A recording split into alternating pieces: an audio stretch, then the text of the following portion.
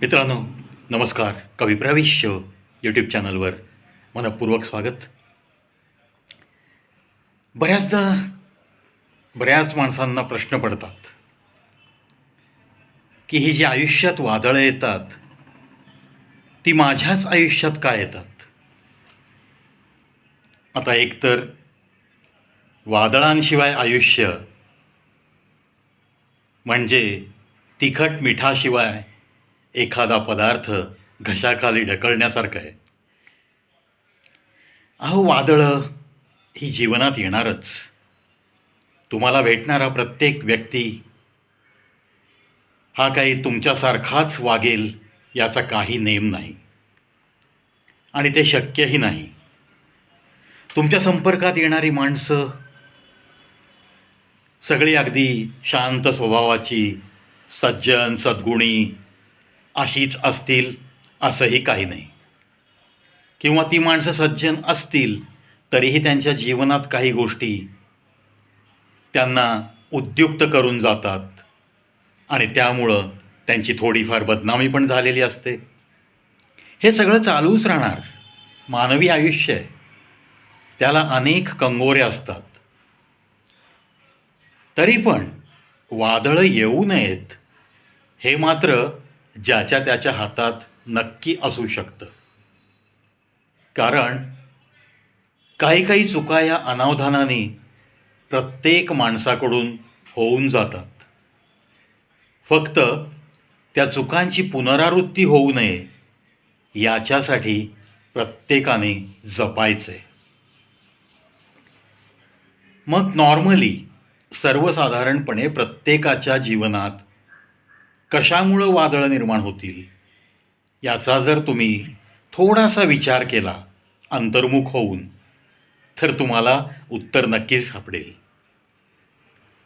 मला तर वाटतं आपण ज्या रस्त्याने चालतो किंवा आपण जीवनात जी काही पावलं उचलतो ती पावलं उचलताना आपण जर सावधरित्या उचललीत तर कदाचित काही वादळं वाचू शकतात. आपल्या जीवनात ती वादळं येणार नाहीत. जसं चालताना आपण ही काळजी घेतो तशीच शब्द म्हणजेच तुमच्या ओठातून बाहेर पडणारा प्रत्येक शब्द तो सुद्धा जर जपून बाहेर टाकला, विचारपूर्वक बाहेर टाकला, तर नक्कीच ते शब्द कोणाच्या जिव्हारी लागणार नाहीत. आणि जर कोणी शब्दांनी दुखावलाच गेला नाही तर मग जीवनात तुमच्या कसल्याही प्रकारचं तुमच्याच शब्दांमुळं वादळ निर्माण होणार नाही. पाऊल आपलं व्यवस्थित पडलं पाहिजे, शब्द आपण नीटच वापरले पाहिजेत. जरूर वादळं टाळण्यासाठी या दोन गोष्टी अंगीकाराव्याच लागतील. त्याच्यानंतर एखादं वाक्य याच्याने सुद्धा माणसं दुखावली जाऊ शकतात, नाती तुटू शकतात, म्हणजेच वादळं निर्माण होऊ शकतात. अगदी बरोबर आहे ना मित्रांनो. तसंच मित्रांनो, तुम्हाला समाजाकडे बघताना एक चांगला दृष्टिकोन ठेवून नक्कीच पाहता आलं पाहिजे. जाती धर्माच्या पलीकडे सुद्धा माणसातला चांगुलपणा हा चांगुलपणाच आहे असं तुम्हाला बेधडक सांगता आलं पाहिजे. तुमची दृष्टी तेवढी स्वच्छ हवी आहे.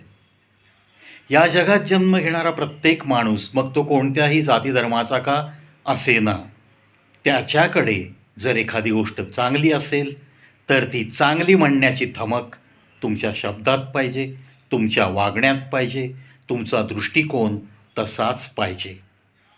म्हणजेच साफ दृष्टी असेल तरीसुद्धा जीवनात वादळ निर्माण होत नाही. होतं काय मित्रांनो की प्रत्येकाला वाटतं मी जे वागतोय ना तेच चांगलं वागणं आहे, मीच सर्वश्रेष्ठ आहे, माझं कधीही काहीही चुकत नाही. अरे, हे भ्रम असतात मित्रांनो. या भ्रमात जो माणूस राहतो त्याच्याकडून वारंवार चुका होतात आणि मग तो अशा वादळांच्या तडाख्यात सतत त्याच गर्तेत आयुष्य काढताना आपल्याला दिसू शकतो. मग ही वादळं जर थोपवायची असतील तर एक गोष्ट नक्की मानायला पाहिजे. जगात तुम्ही जर हुडकलत तर प्रत्येक गोष्ट तुम्हाला नक्कीच सापडू शकते. सुख, समाधान, आनंद ह्या गोष्टी पण हुडकल्यात तर नक्कीच सापडतील. पण याच्यापासून दूर तुम्ही का राहता? कुठेतरी आत्ता मी वर्णन केलेल्या चुका आपल्याकडनं नक्कीच होत असतात. आणि सगळं काही जगात सापडू शकतं, पण माणसाचं एक मात्र नक्की असतं की त्याला त्याचीच चूक कधीच सापडत नाही. सापडत नाही असं आपण म्हणतोय. थोडक्यात स्वतःच्या चुकांवर स्वतःच पांघरूण घालत आणि मग विनाकारण माझ्या जीवनात वादळ आलं असा कांगावा करत माणूस फिरत असतो. मित्रांनो, गोष्टी सहज साध्य होणाऱ्या बिलकुल नाही आहेत. मी सुद्धा एक सामान्य माणूस आहे. माझ्याकडनं सुद्धा या सगळ्या चारी चुका नक्कीच घडत गेलेल्या आहेत. कारण आपण कुणीच संत महात्मा कधीच नाही आहेत. आणि हे सामान्य जीवन जगताना आपण बनू पण शकणार नाही आहेत. पण थोडा थोडा प्रयत्न करण्यास काय हरकत आहे? इसीलिए तो मेरे चैनल का स्लोगन है ना दोस्तों, सुनो सुनाओ और अपनी ज़िंदगी को कल से आज थोडा बेहतर बनाओ. चला, जे काल नव्हतं आपल्या स्वभावात ते आज नक्की आणण्याचा प्रयत्न करूयात. जे जे चांगलं आपल्याला समजतं, आपल्या आपल्या मॅच्युरिटी सेन्सप्रमाणे आपली चूक जर आपल्याला समजते तर ती सुधारण्याचा नक्कीच प्रयत्न केलाच पाहिजे ना. कारण आपल्याला रोज थोडं थोडं एक माणूस म्हणून आपल्या मनामध्ये माणूसपण आणत आणत माणुसकीलाच देवता मानत जर आपण जगण्याचा प्रयत्न करणार आहोत तर मग नक्कीच केलाच पाहिजे. आशा करतो मित्रांनो, या 2-4 गोष्टी आपल्या कानापासून मनापर्यंत नक्कीच पोहोचतील आणि नक्कीच रोजच्या जीवनात आपण जर याचा अंमल करण्याचा प्रयत्न केला तर चेहऱ्यावरचं हास्य नक्कीच वाढत जाईल आपलं आणि नक्कीच आपण इतरांना कोणाला न दुखावण्याचं जे एक समाधान असतं तेही मिळवत आपण जगू शकतो.